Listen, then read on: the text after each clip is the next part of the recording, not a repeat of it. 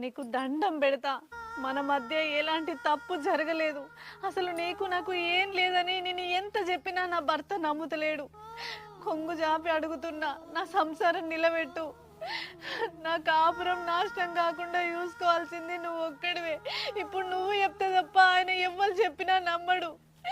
ఏదేమైనా చేసి మా శివకచ్చి ఇప్పుడు నువ్వే చెప్పాలి. నా బతుకు నిలబెట్టాలి ప్రశాంత్.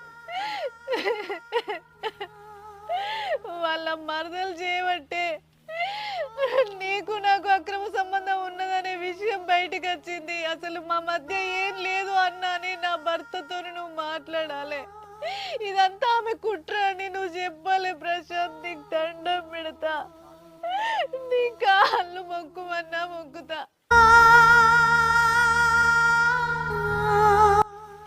ఏంది ప్రశాంత్, నేను ఇక్కడ ఇంత ఏడుస్తుంటే అట్లా బీరిపోయి చూస్తాను.